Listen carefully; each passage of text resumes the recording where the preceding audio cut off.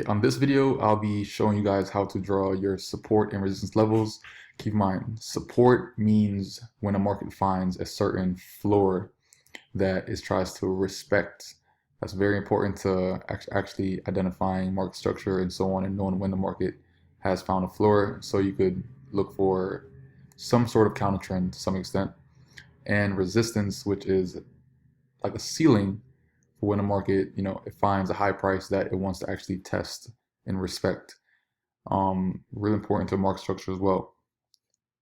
So when you do come onto market structure for the next video, actually the next section, actually phase two, you'll see that only on higher high points, higher low points, lower high points, and lower low points, you're gonna be seeing tested candles along these areas. Okay, and this method right here is gonna definitely help you out onto spotting where the market is gonna be, finding some sort of indecision.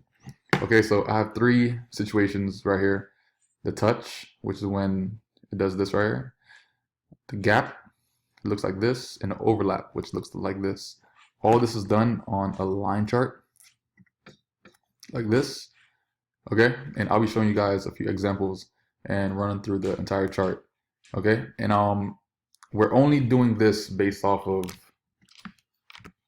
only only daily and H4. Okay, only daily and H4 period. So let's start on the daily time frame.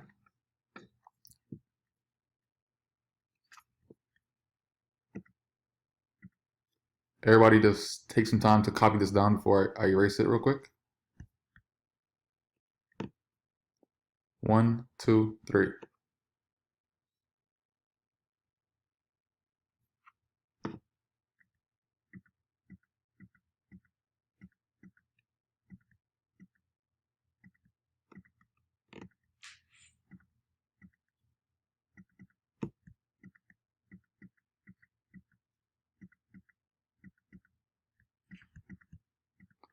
All right, so let's start on a daily time frame. So for these right here, make sure your horizontal lines are going to be red. So these are the lines that we're going to be plotting on this entire area for the daily time frame. Once we actually have a situation that we actually did a 1, 2, or 3, which was the gap, touch, or the overlap. So start from the top of my market itself. All right, and I'm looking for one of three situations. So this right here is one situation that I found over here, and you can look across the whole entire price scale to see like where the market is going to be doing one of three situations. So this right here is a situation one, which was the touch. As you can see, the touch right there, touch right there. It acted as support and acted as resistance. When you see something like this, where is it?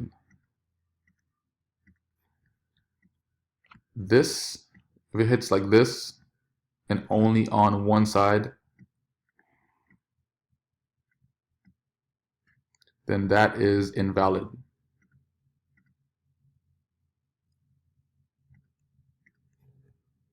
That's invalid. Invalid, invalid. It has to act on both sides as support and resistance, or vice versa. It doesn't really matter honestly, but as long as it hits both sides to make it be considered as an indecision level.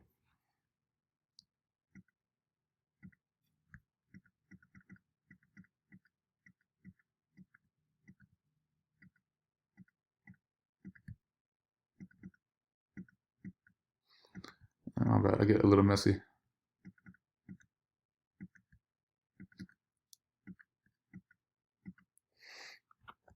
Okay, so that's our first one.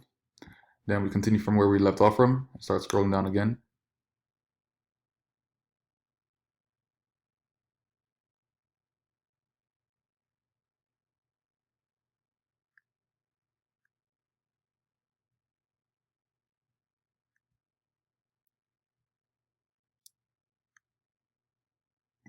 So this right here could be considered as an overlap.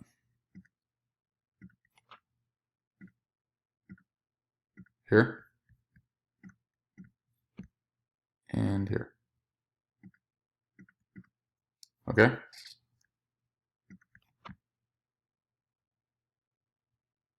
This right here is considered as a gap. Here. And here.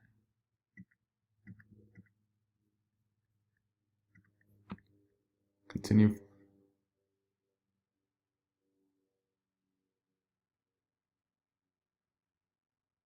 You're looking from left to right. Like use your eyes and just scan the entire line that you're currently on.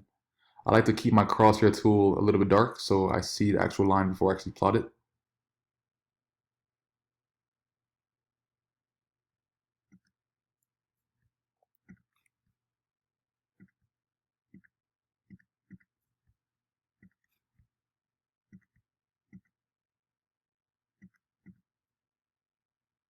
Okay, and this is how these areas look on the actual candlesticks. You'll see that indecision, tested, tested, tested, tested candles, and you're seeing these areas all over the place. Once you actually do them correctly, it'll give you like a really, really, really precise level of support and level of resistance. That's another line, and look at how it looks on candlesticks. Once again, support, tested, tested, along those entire areas. And you can do this throughout your entire chart if you want to also, or just like in like a nice price range, like 1,000, 2,000 pip range, just so you know you cover a good amount of area at least. Or a lot more than that actually. It's gonna be probably like what 5,000, 10,000 pip range. Just like a real nice big zone, okay? So once we get back on the daily chart, I mean the H4 chart actually, H4 chart is going to be the same concept, but it's going to be a lot more details that you're going to be seeing on this time frame than the other time frame to actually plot your indecision levels. On this one, it's going to be a dark green line like that. Don't use this line, okay? That's incorrect. Use a dark green line. And we're doing the same concept, starting from the top, but we don't have to zoom all the way out like how we did last time because we just want to see where is the market now, and we want to see these fluctuations. That's what we want to see. So as I start scrolling down, start from the top once again, start scrolling down and start looking for major areas of indecision. So this one right here was one, I could probably spot like a gap, 1, 2, that little spike down right there, that little spike up right there. Candlesticks, you'll see those areas was respected to some extent. So definitely an area of indecision itself. And you only want to plot 1, 2, max 3 areas of support and resistance when it comes to this time frame.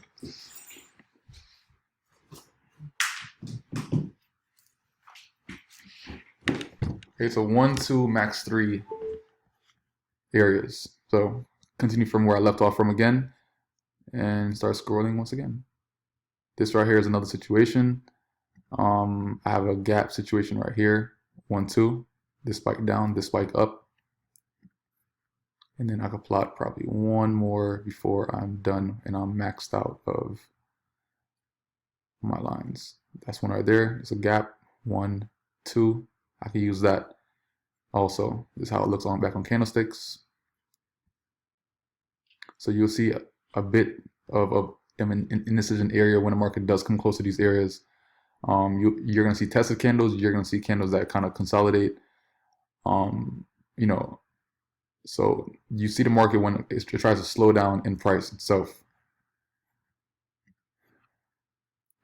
Now down here, this zone, scrolling down slowly, scrolling down slowly.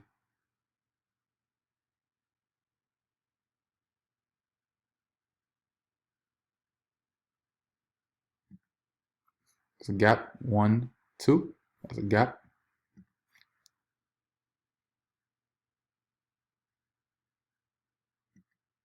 Sorry, it's overlap. 1, 2. And try to make everything even. It has to be overlapped the same length over on each part of the line. And probably get one more out of here. Another gap right there. 1, 2. Okay. A lot of times when the market is kind of far away from those areas, like how it is on the gaps, like all right here, All right here is literally wicks because the line chart only measures closed prices itself. So you could possibly see a wick on those areas that you have gaps.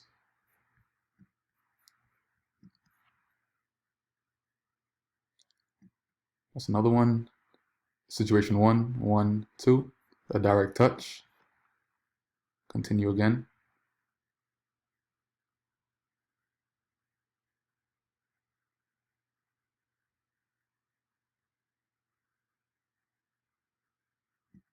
So this one was pretty good. It had a touch right there, it had a touch right there, and also had a gap, which was right here and right here. So it definitely counts as a level of indecision also. And yeah, line chart on this line. Okay, you see the touch right there, you see the gaps. So the market itself found indecision when it came to this zone right here. It kind of gets a little stagnant for a while, tested areas. You're going to see all this when you actually have these areas on your chart.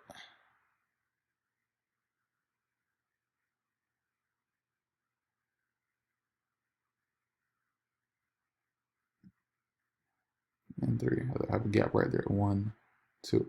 The most accurate one that you can actually draw is going to be the situation ones are the ones that actually touch. Okay, the touch is the most accurate one that you can draw out of all of them. The gap and overlap, you have to actually put on the median areas to make sure everything's even on both sides to make it, super valid.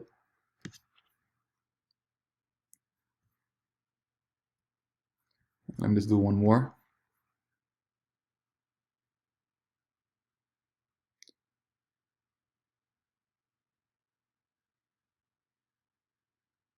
The market is literally on one of these zones right now.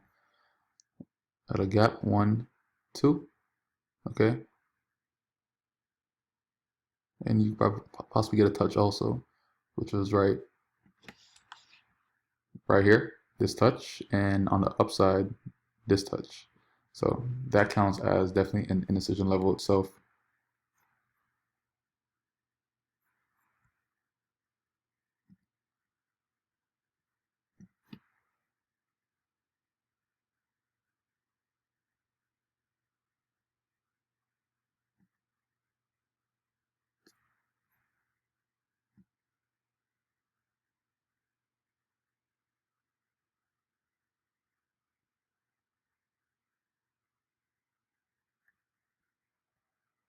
One, two candlesticks. That's how you see. You see a break of support, that retest, which forms a new lower high point, and then drop again.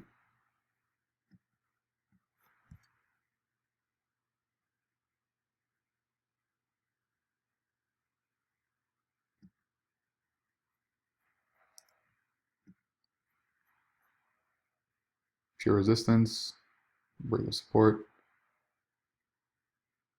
So you having these areas on your chart is definitely going to help you out to actually, spot setups, spot where the market can find levels of support, levels of resistance, the momentum change. And this is the one area also on the higher time frame that we actually plotted. The market, is finding some sort of support there also. So I mean, is definitely going to be a major factor when it comes down to plotting these correctly, because if you plot these correctly, you're spotting possible setups every single day. It might not be long term or it could be short term at times, but it could definitely give you setups every single day if you're plotting these correctly. And you could definitely leave these on your charts for a couple weeks, 2, 3 weeks, and they're still all valid. Mainly because you're basing them off of a higher time frame itself. Okay, and unlike the old videos, I don't do H1 anymore, mainly because H1 is a bit too noisy at times. You can still use it for analyzing, yes, but I use the random line, which is going to be a random blue trend line that I can just plot in random ass places that I just come across when I'm in the market. Like let's say if I was on this uptrend right here, and I see a point of resistance or a point of support that the market might actually create that I never had plotted before, I could just use my random line and just say, okay, that was probably support, or the market was testing along these areas right here. You could put it on almost anything. You have like no kind of principles when you're actually doing these lines. Um, yeah, you can use it to draw your trend lines. You know, it's in the sell zone, buy zone. Anything that you're pretty much trying to monitor on the charts itself, you can use your random line for. Level of resistance. So call this random line.